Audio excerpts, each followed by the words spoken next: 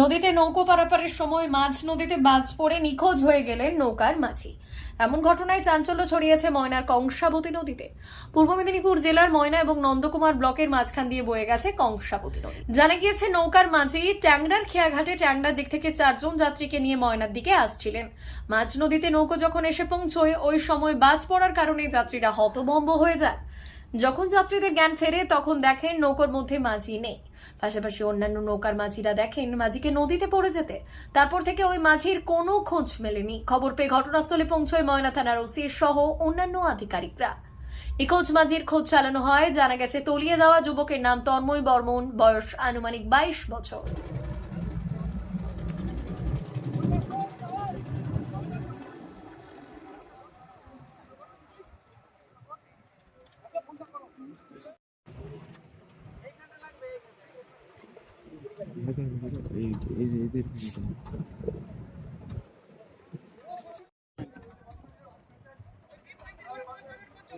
জালটা বসানোর সময় নৌকাটাকে টানতে হবে বললেন তো। জালটা ওটা মিলতে দে, ওদিকে তো জাল টানছে। আগে এটা হোক না, আমার জালটা রেডি হচ্ছে তো। জালটা বের হবে, এটা হোক।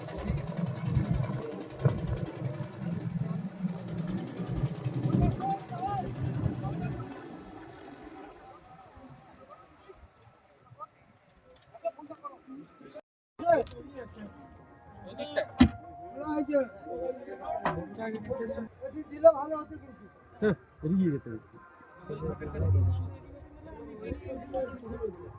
এখানে ফুটাচ্ছে যে নম্বর হচ্ছে কি ওই ঘাটের কাছে নিয়ে যাবে, যেখানে পড়েছিল ওইখানে নিয়ে চলুন। ওখানে ডিজাস্টার টিম আছে, ওরা